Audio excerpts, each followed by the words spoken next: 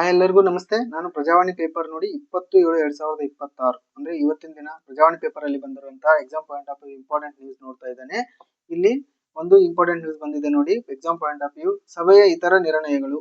ರಾಜ್ಯದಲ್ಲಿ ಕೃಷಿ ಸೇವಾ ಸಲಹೆಗಳು, ಬೆಳೆ ಮೇಲ್ವಿಚಾರಣೆ, ಬೆಳೆ ಗುರುತಿಸುವಿಕೆ, ರಿಮೋಟ್ ಸೆನ್ಸಿಂಗ್ ತಂತ್ರಜ್ಞಾನವನ್ನು 3 ವರ್ಷಗಳ ಅವಧಿಯಲ್ಲಿ 35.99 ಕೋಟಿ ವೆಚ್ಚದಲ್ಲಿ ಅಳವಡಿಸಲು ಇಲ್ಲೊಂದು ವರ್ಡ್ ಬಂದಿದೆ ನೋಡಿ, ಕರ್ನಾಟಕ ಅಗ್ರಿಟೆಕ್ ಮಿಷನ್ 2026 ಜಾರಿ ಅಂತ. ಇದ್ರ ಬಗ್ಗೆ ನೆನ್ಪಿಟ್ಕೋಬೇಕು.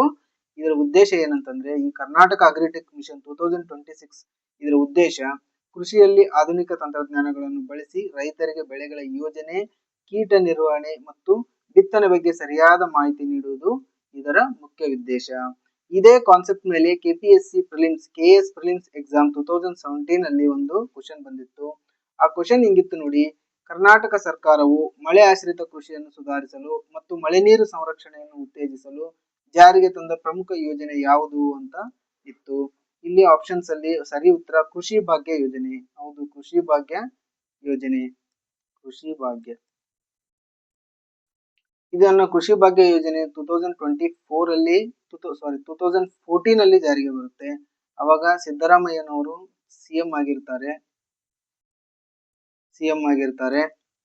ಸೊ ಇದು 2024 ಮತ್ತೆ 25 ಬಜೆಟ್ ನಲ್ಲಿ, ಕರ್ನಾಟಕ ಬಜೆಟ್ ನಲ್ಲಿ ಈ ಒಂದು ಯೋಜನೆಗೆ 200 ಕೋಟಿ ಅನುದಾನವನ್ನು ರೀಸೆಂಟ್ಲಿ ಕೊಟ್ಟಿದ್ದಾರೆ. ಅಷ್ಟು ನೆನಪಿರ್ಲಿ, ಕೃಷಿ ಭಾಗ್ಯ ಯೋಜನೆ ಅಂತ.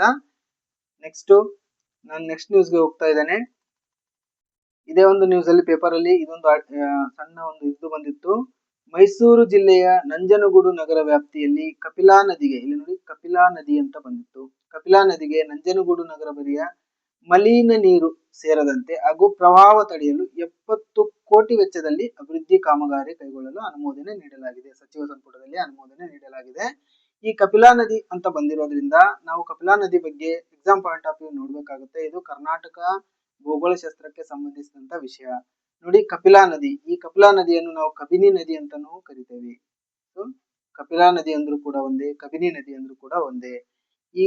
ಇದು ಕಾವೇರಿ ನದಿಯ ಕಾವೇರಿ ನದಿ ವ್ಯವಸ್ಥೆಯಲ್ಲಿ ಬರುತ್ತೆ. ಇದು ಎಲ್ಲಿ ಉಗಮವಾಗುತ್ತೆ ಅಂತಂದ್ರೆ ವಯನಾಡು ಜಿಲ್ಲೆ, ಕೇರಳದಲ್ಲಿ ಉಗಮವಾಗುತ್ತೆ. ಇಂಪಾರ್ಟೆಂಟ್ ನೆನಪಿರ್ಲಿ.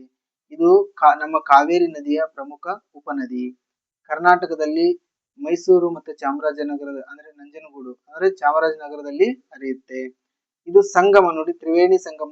ತ್ರಿವೇಣಿ ಸಂಗಮ ಹೋಲಿ ಪಾಯಿಂಟ್, ಪವಿತ್ರ ಸ್ಥಳ ಒಂದು ಕ್ರಿಯೇಟ್ ಆಗುತ್ತೆ ಈ ನದಿಯಿಂದ. ಅದು ಯಾವ್ಯಾವ ನದಿ ಕೂಡುತ್ತೆ ಅಂತಂದ್ರೆ ಕಾವೇರಿ ನದಿ, ಕಬಿನಿ ನದಿ ಮತ್ತು ಮೈಥಾಲಜಿಕಲ್ ಐತಿಹಾಸಿಕ ಈ ಒಂದು ಮೈಥಾಲಿಕಲ್ ಸ್ಫಟಿಕ ಸರೋವರ ಅಂತ.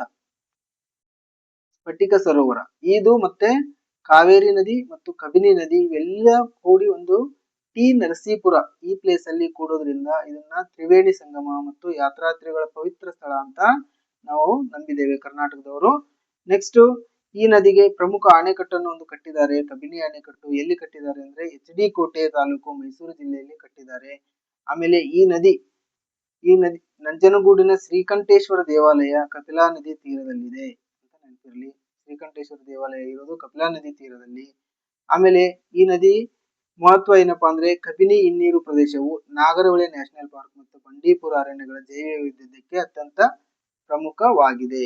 ನೋಡಿ, ನಾಗರಹೊಳೆ ನ್ಯಾಷನಲ್ ಪಾರ್ಕ್ ಅಂತ ಬರುತ್ತೆ. ಇದನ್ನ ನಾವು ರಾಜೀವ್ ಗಾಂಧಿ ನ್ಯಾಷನಲ್ ಪಾರ್ಕ್ ಅಂತಾನೂ ಕರಿತೇವೆ. ರಾಜೀವ್ ಗಾಂಧಿ. ಸೊ ನಾವು ನಾಗರಾಜ ಅಂತ ನೆನ್ಪಿಟ್ಕೊಂಡಿದ್ವಿ. ಅಂದ್ರೆ ನಾಗರಹೊಳೆ ಇನ್ನೊಂದು ಹೆಸರು ರಾಜೀವ್ ಗಾಂಧಿ ನ್ಯಾಷನಲ್ ಪಾರ್ಕ್ ಅಂತ. ಸೊ ನಿಮ್ಗೆ ಏನಾದ್ರು ಬೇರೆ ಕೋಡ್ ಇದ್ರೆ ಹಂಗೆ ನೆನ್ಪಿಟ್ಕೋಬಹುದು ನೋಡಿ. ಈ ಒಂದು ನದಿಗಳ ಮೇಲೆ ಒಂದು KPSC KS ಪ್ರಿಲಿಮ್ಸ್ ಅಲ್ಲಿ 2014 ಅಲ್ಲಿ ಬಂದಂತ ಒಂದು ಪ್ರಶ್ನೆ ಇತ್ತು.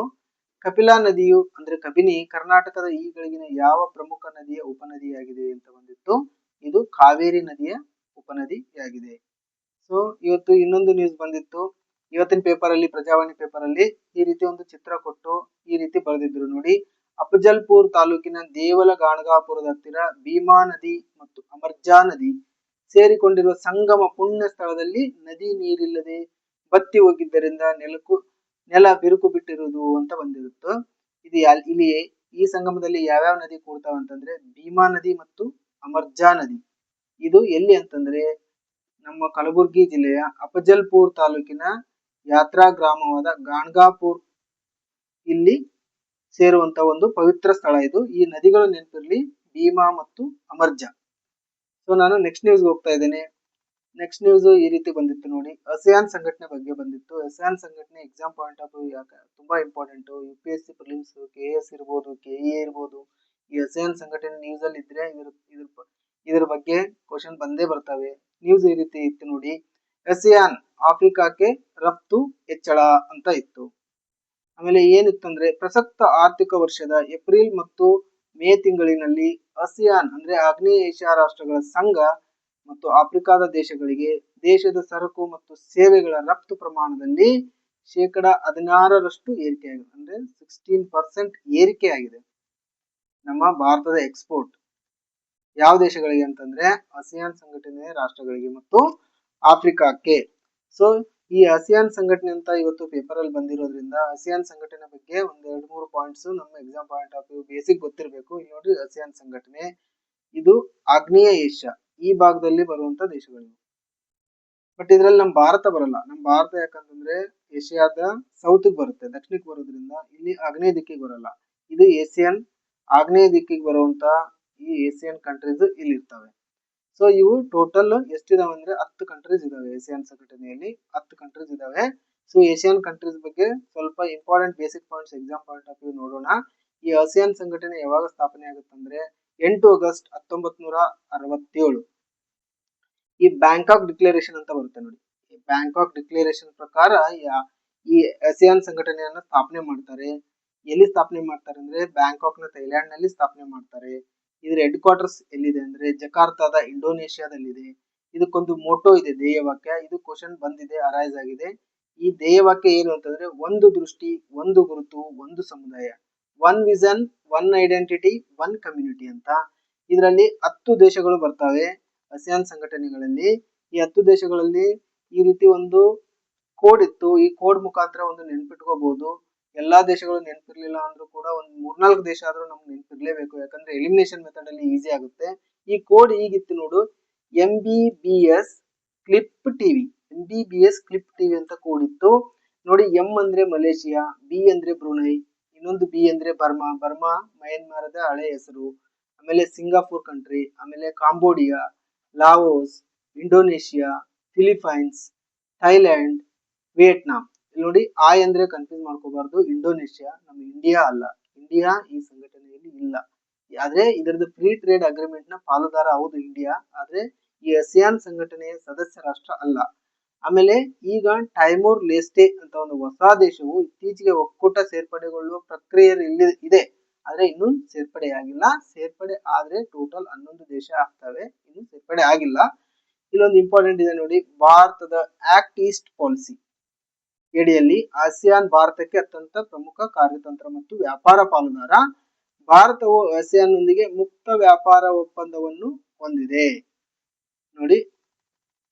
ಮುಕ್ತ ವ್ಯಾಪಾರ ಈಗ ರೀಸೆಂಟ್ಲಿ ಮೊನ್ನೆ ಪೇಪರ್ ಅಲ್ಲಿ ನೋಡಿದ್ವಿ ನಾವು, ಇಂಗ್ಲೆಂಡ್ ಜೊತೆ ಮುಕ್ತ ವ್ಯಾಪಾರ ಒಪ್ಪಂದ ಭಾರತ ಮಾಡ್ಕೊಂಡಿರೋದು.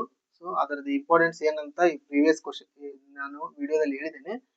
ಸೊ ನೋಡಿ, UPSC ಪ್ರಿಲಿಮ್ಸ್ ಅಲ್ಲಿ 2018 ಅಲ್ಲಿ ಒಂದು ಕ್ವಶನ್ ಬಂದಿತ್ತು. ಆ ಕ್ವಶನ್ ಹೀಗಿತ್ತು ನೋಡಿ, ಆಸ್ಟ್ರೇಲಿಯಾ, ಇಲ್ಲಿ ನೋಡಿ ಪ್ರಶ್ನೆ, ಕೆಳಗಿನ ದೇಶಗಳನ್ನು ಗಮನಿಸಿ ಅಂತ.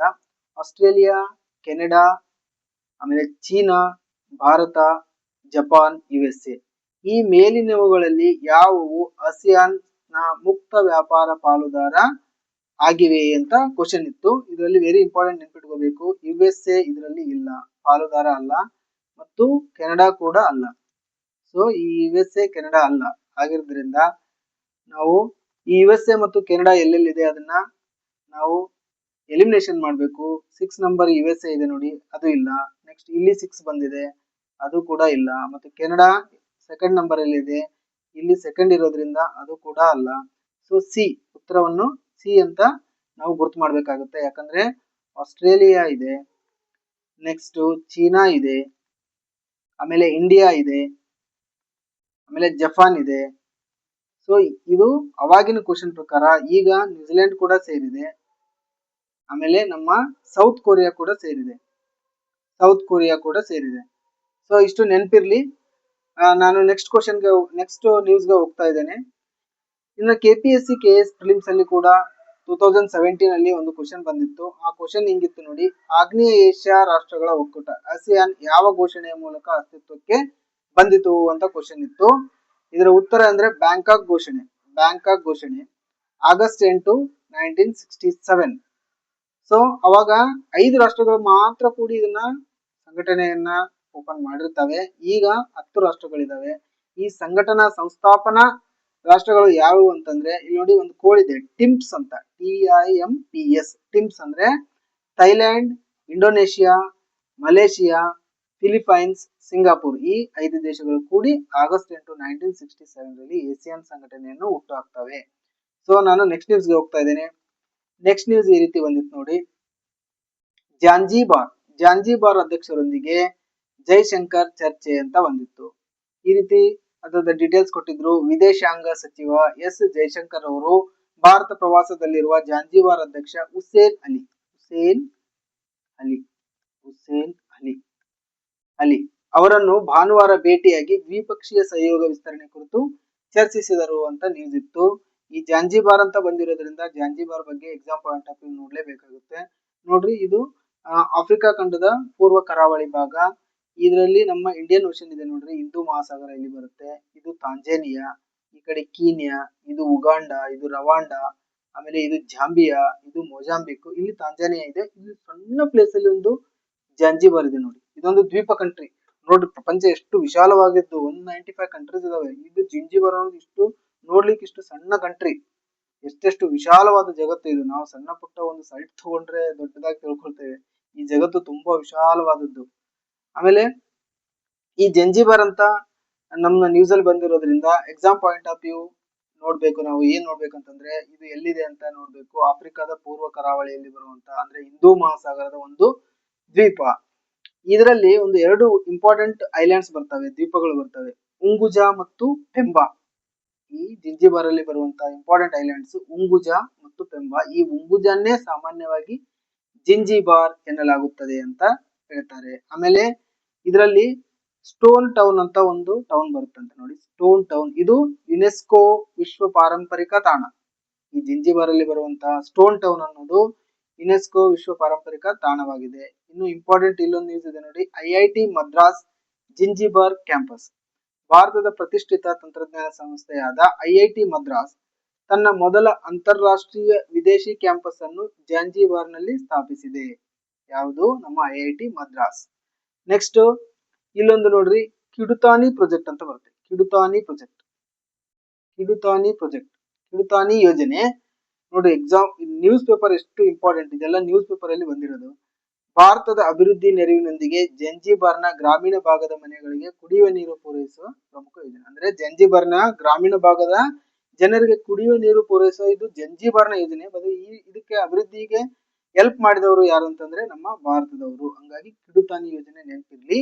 UPSC ಪ್ರಿಲಿಮ್ಸ್ 2024 ಅಲ್ಲಿ ಬಂದಂತಹ ಒಂದು ಕ್ವಶನ್ ನೋಡಿ, ಭಾರತದ ಹೊರಗಡೆ ತನ್ನ ಮೊದಲ ಜಾಗತಿಕ ವಿದೇಶಿ ಕ್ಯಾಂಪಸ್ ಅನ್ನು ತಾಂಜಾನಿಯಾ ಜಾಂಜಿಬಾರ್ ನಲ್ಲಿ ಸ್ಥಾಪಿಸಲು ನಿರ್ಧರಿಸಿದ ಭಾರತೀಯ ತಂತ್ರಜ್ಞಾನ ಸಂಸ್ಥೆ ಯಾವುದು ಅಂತ ಇತ್ತು. ನಾವು ಈಗಾಗಲೇ ಓದಿರೋದ್ರಿಂದ ಅದು IIT ಮದ್ರಾಸ್. ಸೊ ನಾನು ನೆಕ್ಸ್ಟ್ ನ್ಯೂಸ್ಗೆ ಹೋಗ್ತಾ ಇದ್ದೇನೆ, ಟೈಮ್ ವೇಸ್ಟ್ ಮಾಡೋದು ಬೇಡ. ನೋಡಿ, ಇಲ್ಲೊಂದು ನ್ಯೂಸ್ ಬಂದಿತ್ತು, ಸರಯೂ ನದಿಯಲ್ಲಿ ಪಾರ್ಟಿ. ಏನ್ ಪಾರ್ಟಿ ಅಂತ, ಅಯೋಧ್ಯೆಯ ಸರಯೂ ನದಿಯಲ್ಲಿ ದೋಣಿಯ ಮೇಲೆ ಮಟನ್ ಮತ್ತು ಬಿಯರ್ ಪಾರ್ಟಿ ಮಾಡಿದ್ದಾರೆ ಎಂದು ಆರೋಪಿಸಿ 3 ಯುವಕರನ್ನು ಬಂಧಿಸಲಾಗಿದೆ.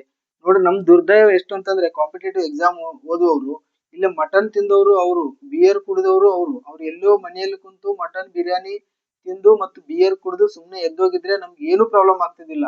ಆದ್ರೆ ಅವ್ರು ಏನ್ ಮಾಡ್ಬಿಟ್ರು ಅಂತಂದ್ರೆ, ಈ ಸರಯೂ ನದಿಯಲ್ಲಿ ಬಂದು ಈ ಮಟನ್ ಮತ್ತೆ ಬಿಯರ್ ಕುಡಿದ್ರಂತೆ. ಇವರು ಈ ಸರಯೂ ನದಿಯಲ್ಲಿ ಬಂದಿದ್ದಕ್ಕೆ ಮತ್ತೆ ನಾವು ಸರಯೂ ನದಿ ಬಗ್ಗೆ ಓದ್ಲೇಬೇಕಾಗಿದೆ. ಇದು ನಮ್ ದುರ್ದೈವ, ಕಾಂಪಿಟೇಟಿವ್ ಎಕ್ಸಾಮ್ ಓದುವವರು ಏನು ಮಾಡ್ಲಿಕ್ಕೆ ಬರಲ್ಲ. ಸೊ ಸರಯೂ ನದಿ ಬಂದಿರೋದ್ರಿಂದ ಸರಯೂ ನದಿ ಬಗ್ಗೆ ಸ್ವಲ್ಪ ಓದ್ಬೇಕಾಗುತ್ತೆ. ನೋಡಿ, ಪರೀಕ್ಷಾ ದೃಷ್ಟಿಯಿಂದ ಪ್ರಮುಖ ಅಂಶಗಳು ಏನಪ್ಪಾ ಸರಯೂ ನದಿ ಅಂದ್ರೆ, ಸರಯೂ ನದಿ ಎಲ್ಲಿ ಅಂದ್ರೆ ಉತ್ತರಾಖಂಡ ಮತ್ತು ಉತ್ತರ ಪ್ರದೇಶಗಳಲ್ಲಿ ಹರಿಯುವಂತ ಇದೊಂದು ಪವಿತ್ರ ನದಿ ಅಂತ ಹೇಳ್ತಾರೆ ಇದನ್ನ. ಇದು ಉತ್ತರಾಖಂಡದ ನಂದಾಕೋಟ್ ಪರ್ವತ ಶ್ರೇಣಿಯ ಸಮೀಪದ ಸರ್ಮುಲ್ ಎಂಬಲ್ಲಿ ಉಗಮವಾಗುತ್ತೆ.